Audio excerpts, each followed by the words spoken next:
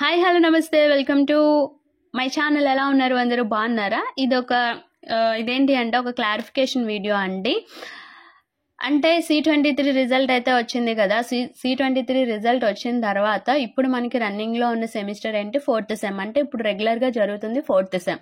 పాస్ట్లో జరిగినవి ఏంటి? First year 3rd sem. Already result అన్నది రావడం జరిగింది. ఇప్పుడు 4th సెమ్ అన్నది కంటిన్యూ కూడా జరుగుతుంది. సో నెక్స్ట్ మనకి సెమిస్టర్ అనేది ఎప్పుడు ఉంటుందండి? మార్చ్ అండ్ ఏప్రిల్ 2025 జరుగుతూ ఉంటుంది. ఓకే, ఈ జరగబోయే ఎగ్జామ్స్ ఏవైతే ఉన్నాయో వీళ్ళు ఏంటి అంటే మనకి రెగ్యులర్ 4th సెమ్ రాసుకోవచ్చు, ఫస్ట్ ఇయర్ రాసుకోవచ్చు, అలాగే 3rd సెమ్ కూడా రాసుకోవచ్చు. ఇప్పుడు ఈ వీడియోలో C23 and C20 and C16 గురించి మనం డిస్కస్ చేసుకుందాం. ఓకేనా?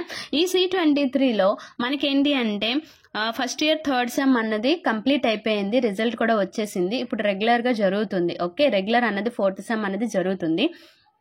ఇక్కడ మనకి 4th సెమ్ అన్నది మనకి ఎలిజిబిలిటీ ఉందా లేదా అంటే కొంతమంది 4th సెమ్ రాయడానికి ఎలిజిబిలిటీ ఉందా లేదా అని స్టూడెంట్స్ అయితే అడుగుతున్నారు.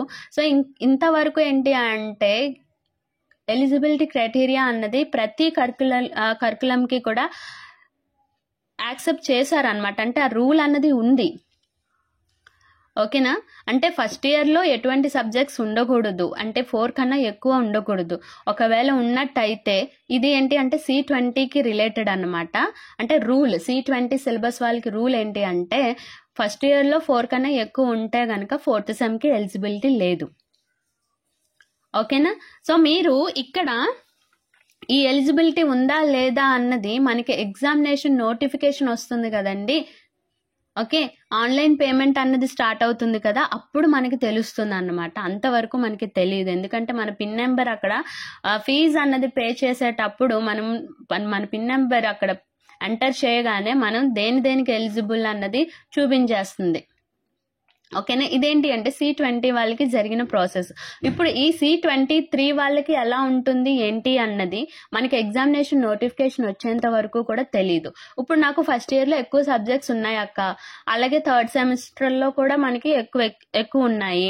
సో ఇప్పుడు రెగ్యులర్ నేను కాలేజ్కి వెళ్తున్నా, ఇప్పుడు నా పరిస్థితి ఏంటి అని మీరు అడిగితే రెగ్యులరేనండి. ఓకేనా? రెగ్యులర్ అనేది రెగ్యులరే. ఇప్పుడు ఈ రెగ్యులర్లో మీరు ఈ ప్రెజెంట్ జరుగుతున్న క్లాసెస్ మీద మీరు కాన్సన్ట్రేషన్ అనేది చెయ్యాలి. ఎందుకు అంటే ఒకవేళ ఎలిజిబిలిటీ ఉంటే ఇది హెల్ప్ అవుతుంది. ఎలిజిబిలిటీ లేకపోతే నెక్స్ట్ సెమిస్టర్లో మీకు 4th సెమ్ చెప్పరు కదా.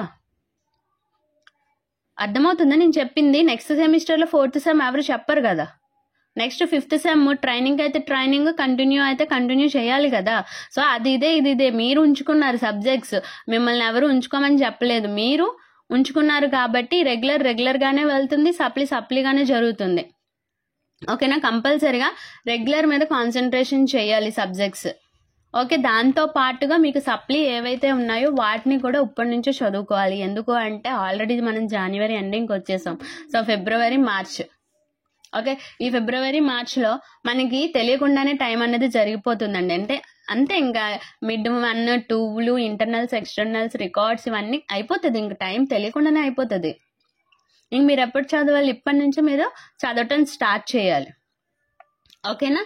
సో ఇది C23 వాళ్ళకి. అండ్ C20 వాళ్ళకి ఏంటి అంటే first year 3rd sem, 4th sem, ఇప్పుడు ఏంటి అంటే 6th సెమ్. కొన్ని కాలేజెస్లో ఏంటి అంటే 5th సెమ్ సబ్జెక్ట్స్ ఉంటాయి, 6th సెమ్ ఇండస్ట్రియల్ ట్రైనింగ్ ఉంటుంది. కొన్నిట్లో ఏంటంటే 5th సెమ్లోనే మనకి ఇండస్ట్రియల్ ట్రైనింగ్కి పంపిస్తారు, 6th సెమ్ మనకి సబ్జెక్ట్స్ రన్నింగ్ అనేది జరుగుతుంది. ఓకే, సో ఇప్పుడు వీళ్ళకి ఏంటి అంటే ఆల్రెడీ 5th సెమ్లో ఎలిజిబిలిటీ క్రైటీరియా ఉంది కాబట్టి ఎవరికైతే 4th సెమ్కి ఎలిజిబిలిటీ ఉంటుందో వాళ్ళకి కంపల్సరీగా 6th సెమ్కి కూడా ఎలిజిబిలిటీ అనేది ఉంటుంది. ఇక్కడ మనం 5th సెమ్ ఇండస్ట్రియల్ ట్రైనింగ్ అనుకుందాం. ఓకే, సో దీనికి ఇక్కడే మనకి ఎలిజిబిలిటీ క్రైటీరియా అనేది తెలిసిపోతుంది కాబట్టి 6th సెమ్ వరకు వచ్చారు అంటే మీరు ఇవన్నీ కూడా ఎగ్జామ్స్ రాసుకోవచ్చు, సప్లీస్. ఓకేనండి? సో మీకు కూడా తక్కువ టైమే ఉంది కాబట్టి ఇప్పటి నుంచే ప్రిపరేషన్ అనేది స్టార్ట్ చేయండి. Next C16. Okay, C16 కరికులంలో 2018 and 2019 batch ఎవరైతే జాయిన్ అయ్యారో వాళ్ళకి ఈ మార్చ్ అండ్ ఏప్రిల్లో జరగబోయే ఎగ్జామ్స్కి ఎలిజిబిలిటీ అయితే ఉన్నట్టేనండి. ఓకేనా? సో మీరు కూడా ఇప్పటి నుంచే స్టార్ట్ చేయండి చదవటం. ఓకే, ఒకరైతే కామెంట్ చేశారు C16 2018 బ్యాచ్కి అసలు ఎగ్జామ్స్ అన్నవి కండక్ట్ చేస్తారా, రాసే ఎలిజిబిలిటీ ఉందా లేదా అని చెప్పేసి. సో C16 2018 అండ్ 2019లో ఎవరైతే జాయిన్ అయ్యారో వాళ్ళకైతే ఎలిజిబిలిటీ అన్నది ఉన్నట్టే. ఇదే లాస్ట్ అటెంప్ట్ అని కూడా అనుకోవచ్చు. ఓకేనండి, సో ఇది ఈ వీడియో కనుక నచ్చినట్టయితే లైక్ చేయండి, అలాగే షేర్ చేయండి. ఫస్ట్ టైం కనుక చూస్తున్నట్టయితే ప్లీజ్ అండి సబ్స్క్రైబ్ చేసుకోండి. Thank you for watching.